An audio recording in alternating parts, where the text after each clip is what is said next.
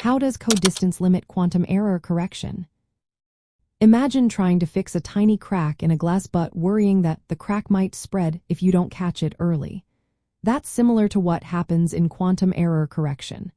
Code distance is a key factor that tells us how many errors a quantum code can handle before it fails. It's like a safety limit that keeps our quantum information safe. Code distance is the smallest number of physical qubits that need to be affected by errors for the code to miss them. If fewer than that number of qubits are damaged, the code can detect and fix the errors. But if the errors hit more qubits than the code can handle, it might not catch them, leading to mistakes in the quantum data.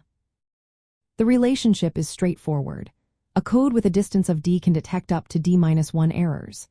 It can correct up to half of that -1 errors, rounded down. So, if the code distance is 5, it can correct up to 2 errors. That means if only 2 qubits are affected, the code can fix them and keep the quantum information intact.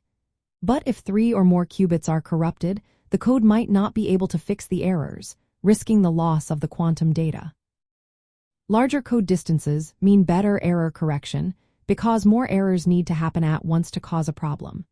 But increasing the code distance also means needing more physical qubits and more complex circuits to check for errors. This makes the hardware more complicated and costly. For example, a code with a distance of 7 might need over 100 physical qubits and more advanced error detection circuits, which can be expensive and difficult to build. In real quantum computers, the code distance sets a limit on how many errors can be corrected at once. If the physical qubits are very reliable and error rates are low, increasing the code distance can exponentially reduce the chance of logical errors. But if the physical qubits are noisy and error rates are high, even the largest code distance may not be enough to keep errors under control. To sum up, code distance is like a safety threshold that determines how many errors your quantum error correction can handle.